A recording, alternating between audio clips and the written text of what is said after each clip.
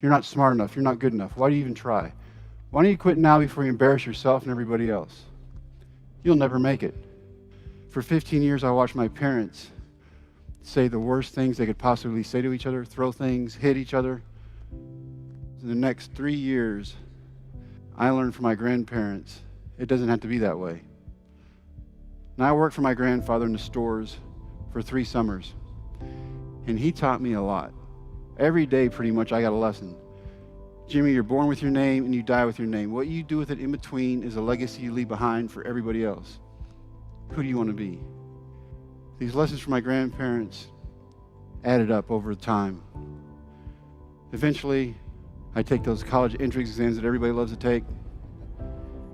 My scores came back. My counselor stops me in the hallway. He's got my scores in his hand. He goes, Jimmy, what are you going to do with your life?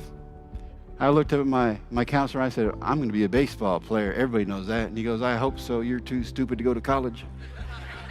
Same period of time, I find out the person I love more than anybody in my life, the mentor, the person I held high up here on this pedestal. My grandfather, Ernest, was diagnosed with ALS. I was watching my grandfather get sicker and sicker. I was playing a summer league game. After the game, this man came to talk to me. He goes, I'm the coach at Ranger Junior College. I want you to come play baseball for me. I know about your dream. I know about your grandfather. I know about your grades. I'm going to get you classes that you can pass, which was important. You're going to pitch for me during the week, and on the weekends during the fall, you're going to go home and spend time with your grandparents in the hospital every weekend. I would pitch, and on the weekends, I would go home. I did that for 4.5 months. On the last Sunday in November of '82, I kissed my grandparents goodbye at midnight. I had to get back for 8 o'clock Monday class. Told them I loved them. I got back to school at 1. At 3, my coach woke me up. He said, you need to go home. Ernest has passed away. I've already talked to all your professors. Don't worry about your finals. It'll be taken care of when you get back. You go home, you take care of your grandmother, you take care of the funeral. She does not lift another finger. So I did. To this day in Brownwood, there's never been a larger funeral take place. People came from all over the country. Everybody got to say their goodbyes to my grandfather who lived for everybody else but himself. No grades, no scholarships, nowhere to go. Call my mom. Mom, I made a horrible mistake. I don't know what I was thinking. I'm quitting. I'm coming home. I'm done. It's time to go out in the world and start teaching and coaching kids. And that's when I found myself at Reagan County High School in Big Lake, Texas. I inherited a baseball team that had won 1 game each year for the 3 years before I got there.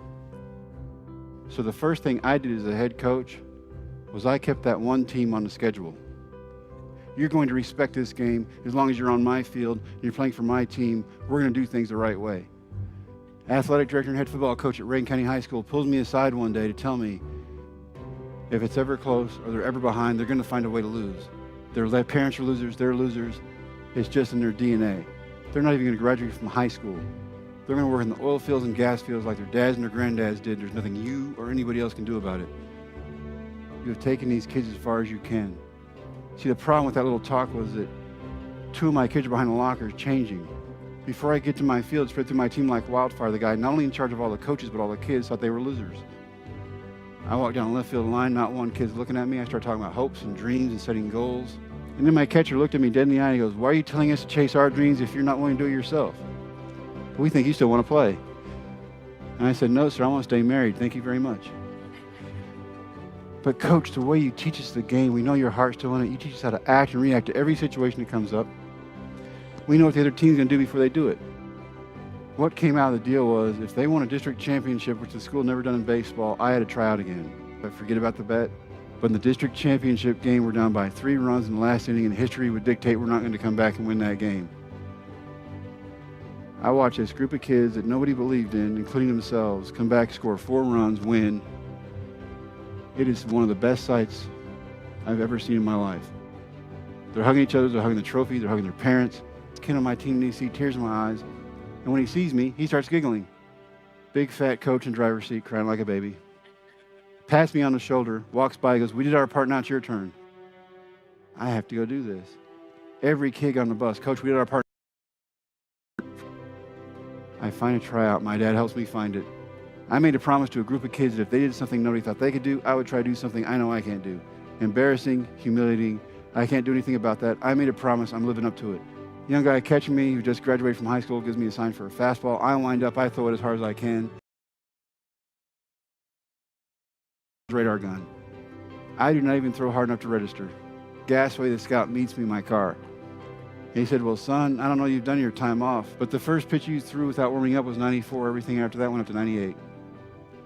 The last thing he said to me as I got ready to drive home was, don't be surprised if you get a phone call. The kids were right. I didn't embarrass myself. Drive an hour and 10 minutes home. Wasn't one phone call, it was 12. And we were not the first ones home.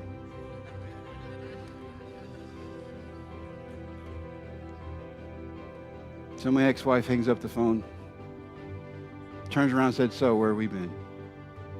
My oldest daughter, who's 4 at the time, and holds on to me every time she can, holding on to my pants as she looks up at her mother and goes, we're not supposed to tell you.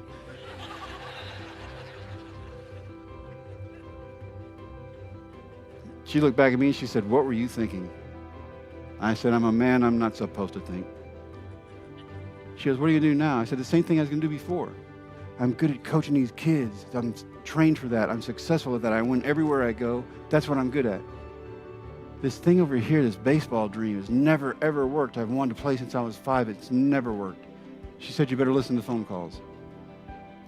They wanted me to come back in 2 days and throw again to see if I could actually throw that harder if my arm had fallen off.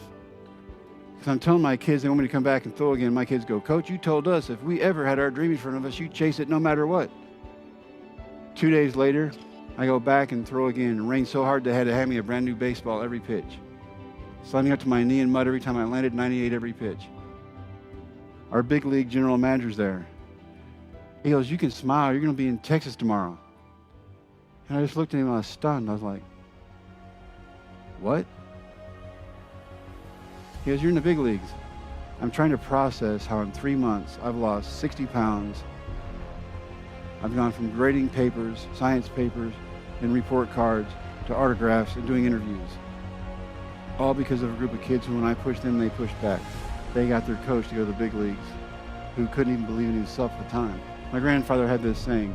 Every day I heard it for 3 years, remember who you are. It took me until years later to get what he meant. Remember who you are is simple. Don't do anything you wouldn't have anybody see you do. It's not what you do when you know people are watching that makes you who you are. It's what you do when nobody's watching you at all. That makes you who you are. That's character. That's my grandparents. And if you make it just about you, you're never going to go anywhere. It's when you make it about something bigger than you. Be a mentor for somebody. Be a dream maker. Be a team player. Nothing is impossible in this world.